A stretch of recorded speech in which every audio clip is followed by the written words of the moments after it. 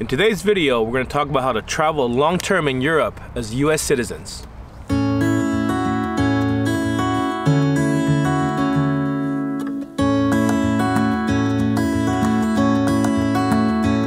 What's up, everybody? Welcome to Freely Roaming.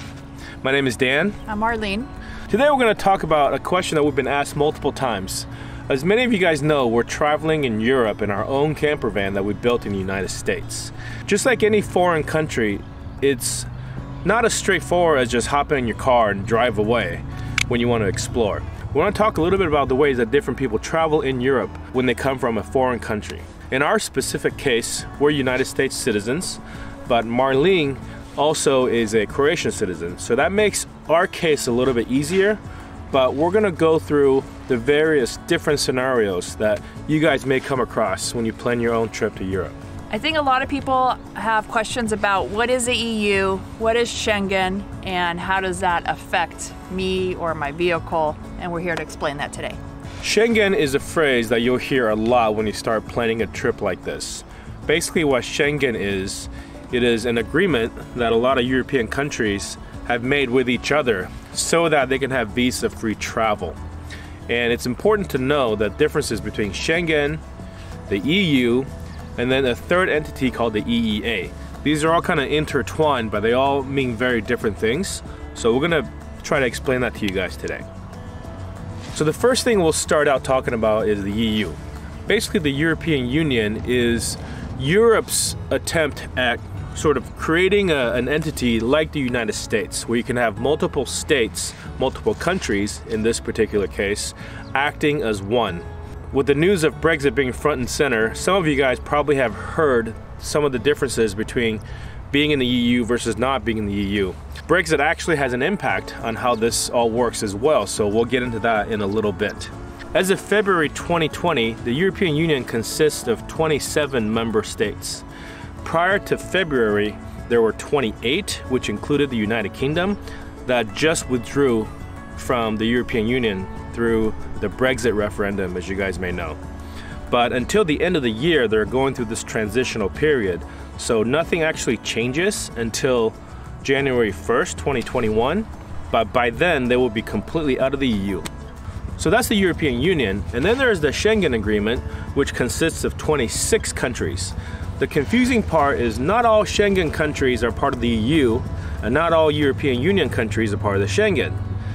And what's important to know that the Schengen specifically is made for people who travel across these countries. So it has nothing to do with our van, for example, and it's all about how long you can stay in the entire Schengen area using the visa you're either issued to specifically for your travel, or that you receive by default based on the kind of passport you hold. And the third one is called the European Economic Area. This is important to know too, because for our vehicle doesn't follow the Schengen rules, but it does follow the EU and the European Economic Area rules. So the European Economic Area consists of 29 countries, most of which are part of the European Union. One of them was formerly in the European Union, the UK, but even though they've withdrawn from the European Union, they're still part of the EEA until the end of 2020. And then there's another one, Croatia, that's provisionally going to become part of the EEA. And we don't know exactly when that will happen, but by then, that number will go back up. By the time Croatia joins the EEA, that number will go back from 29 to 30. The three countries that are part of the EEA that are not part of the European Union are Iceland, Norway, and Liechtenstein.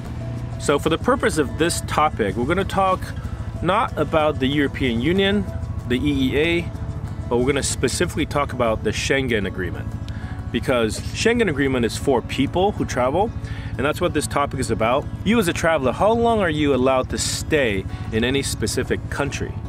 So this is where the Schengen Agreement comes into play. Back before the Schengen Agreement took place, every country that you drove into, let's say you're driving from Germany to France or from France to Spain, each one of those countries will have its own border crossing. It's interesting because when you drive through these roads and now you still see the remnants of these old buildings that were former border crossings. But now within the Schengen areas, there's no longer border crossings. You just drive right through, and there's really no way for them to know whether you're in one country versus the other. unless they track it with cameras. There are large databases where they keep these camera footages, and I'm sure that they're capturing everybody's driver's license or license plates and then, you know, figuring out where people are if they had to. But other than that, there's really no way for them to know in real time how long you've been in each country, as long as you stay within the Schengen. But as a Schengen visa holder or as a US citizen traveling in Europe, as a US citizen, you automatically get a Schengen visa every time you enter. And the way that it works is you get a trailing 180 days during your travel. Within the trailing 180 days, which means the 180 days prior to today or including today, you can stay in any Schengen area for 90 days. As you go forward each day, the 181st day before that falls off. Basically, that means it's not, some people have this confusion about Schengen, thinking that, okay, I can be in the Schengen area 3 months out of every 6 months. So I can go 3 months in, and then I get another 6 months, I can go 3 more months, and I can sort of butt those 3 months together, but you can't do that. So you have to basically leave. For every day that you leave the Schengen, you can come back for another day. So theoretically, if you live near a border between a Schengen country and a non-Schengen country, you can go back and forth every day and not exceed your 90 out of 180 rule.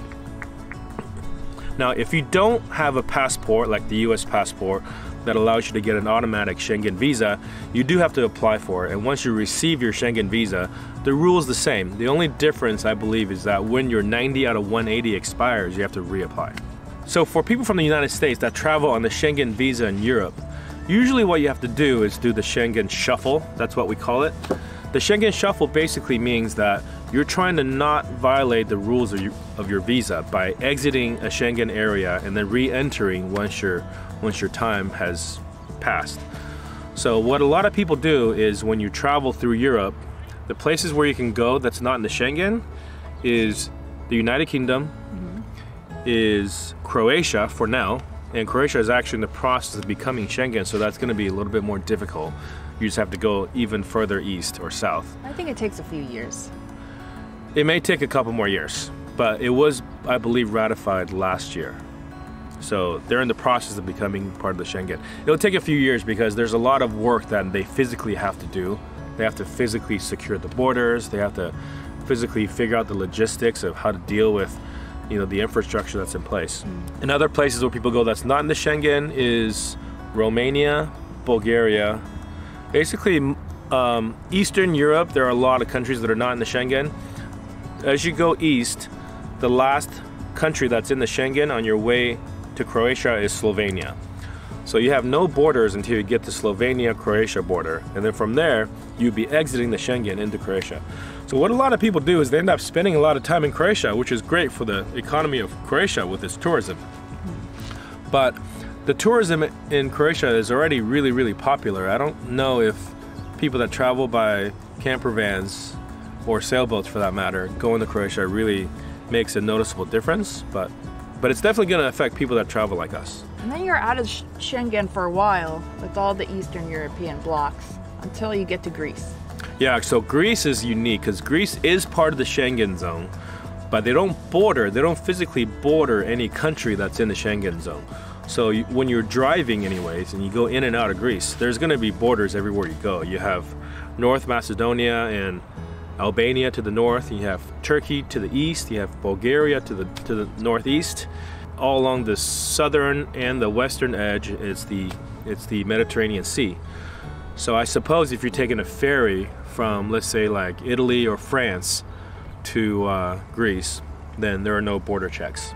Another place that people go, which is where we're headed, we'll talk about our situation in a little bit because we're not actually affected by Schengen, but a lot of people do go down to Morocco in northern Africa to escape the Schengen zone in the wintertime, because that's actually a really great place to be for winter because most of Europe is very cold. I think with the exception of southern Spain and possibly parts of Greece, you're gonna get, and Portugal, you're gonna get pretty cold weather and chances of snow basically everywhere. And if you look at just the latitude on on Earth, where it's at versus where the US is at. We're here in southern Spain. We're basically near the Strait of Gibraltar, maybe just a couple hour drives away from it. We are still at the same latitude as, I believe, something like Salinas, California, or Santa Cruz, right around that Northern California area. So it's pretty far north still. And another thing you can do when you're running up against your Schengen time is you can park your car somewhere and just fly out. So a lot of people fly to like Southeast Asia. You can fly back home, you know, if you have a place somewhere else where you can go and visit family for a little while and use up your 90 days there. What you want to do is you want to maximize your time out, even though based on the trailing 180-day methodology, you can leave for 10 days and then you're good to come back for 10 more days. The best use of your Schengen Shuffle time is actually just maximize it by leaving for the full 90 days. And that way when you come back, you have a full 90 days again. And it's difficult for Western Europe because when you're in Western Europe, there's really not that many places where you can escape. As we were saying earlier about the European Economic Union versus the EU, Schengen is most of the EU countries plus a few, and EU and EEA are also sort of that same scenario, and it's difficult to kind of wrap your head around which one's which. So this is something that you have to just kind of have a document that lists them all and figure out which one you're supposed to be. So consider the Schengen Shuffle. If you're trying to stay here like us for multiple years, or maybe upwards of 1 year, you have to really plan out your route so you don't overstay your Schengen visa, because they will enforce a visa lockout if you overstay. Yeah, I think it's read online it was like 5 years. So if you stay 1 day more than 90 and you cross the border and then they find that out by looking at your passport, or they probably these days, they just look it up on the computer database that you've overstayed, even just by 1 day, you're not able to come back to any Schengen country for 5 years. So it's serious. They do check and they do keep track of it. So be aware of that. And even if you cross into Schengen, let's say at 11:30 at night, it still counts as day one. So it's not like, oh, I'm here for half an hour, Right. so I got part of a day. No, that's day one. Exactly. Part of a day counts as a full day. So if you're going to basically maximize your time at that level, go after midnight. Okay, so all of that stuff about the Schengen, that's again specifically for people. So let's say that you don't want to deal with the Schengen Shuffle, and there are ways around it. There's 3 ways around it. One is just completely violate the Schengen visa rule altogether and be kicked out. No, don't. So that's not a good way. Don't listen to that. That is a way, but that's not a good way. Don't do that, because you'll be kicked out for 5 years. And if you somehow like the area and want to come back, you know, that's bad news.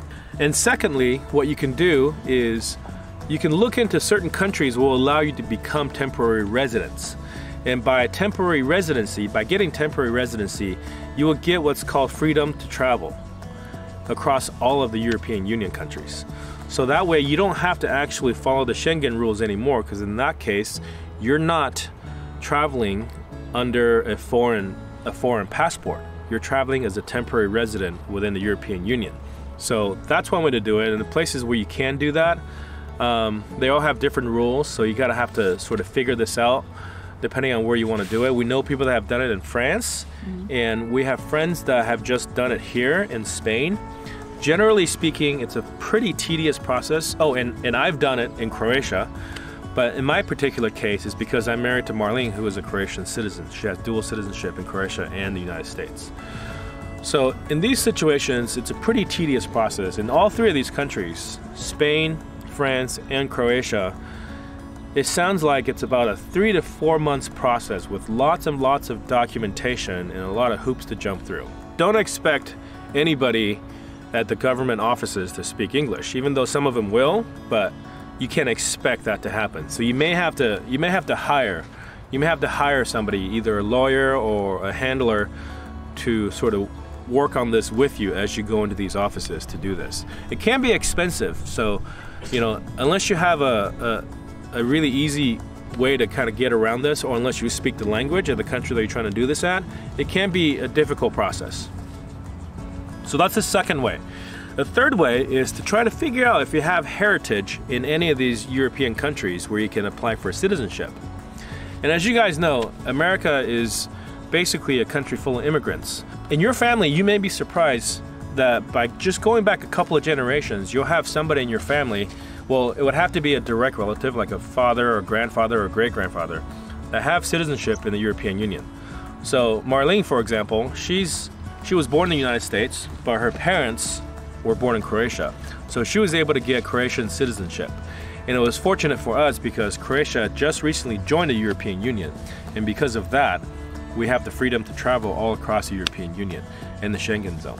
You may want to look into whether or not you have maybe family from Germany or Italy or Spain.